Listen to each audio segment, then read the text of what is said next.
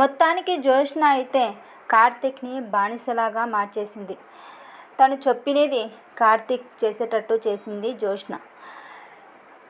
Jyotsna hand బ్యాగ్ని మోపించింది, వాళ్ళ తాతతోటి షూస్ని కూడా clean చేయించింది, వడ్డించేటట్లు కూడా చేసింది కార్తీక్ తోటి. ఇవన్నీ కూడా కార్తీక్ ఎందుకు భరిస్తున్నాడు అంటే జ్యోత్స్న గురించి తెలుసుకోవడానికి కార్తీక్ అయితే ఇవన్నీ పనులు కూడా చేస్తున్నాడు. కానీ ఆ విషయం అయితే జ్యోత్స్నకి తెలియదు కదా.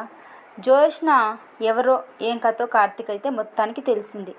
కానీ జ్యోత్స్నకి వాళ్ళ బావ గురించి తెలీదు.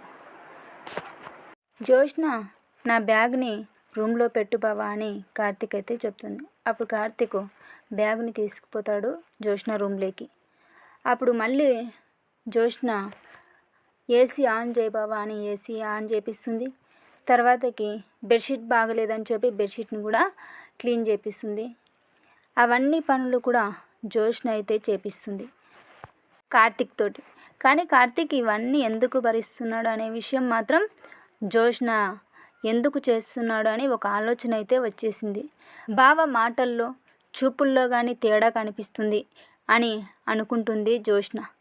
మరి జ్యోత్స్న కార్తీక్ని నిజం తెలిసింది అని కార్తీక్కి కనిపెట్టగలుగుతుందా? కార్తీక్కి నిజం తెలిసింది అని జ్యోత్స్న కనిపెట్టగలిగితే జ్యోత్స్న ఏం చేస్తుందో నెక్స్ట్ వీడియోలో చూద్దాం. మా ఛానల్ నచ్చినట్లయితే లైక్ చేయండి, షేర్ చేయండి, సబ్స్క్రైబ్ చేయండి.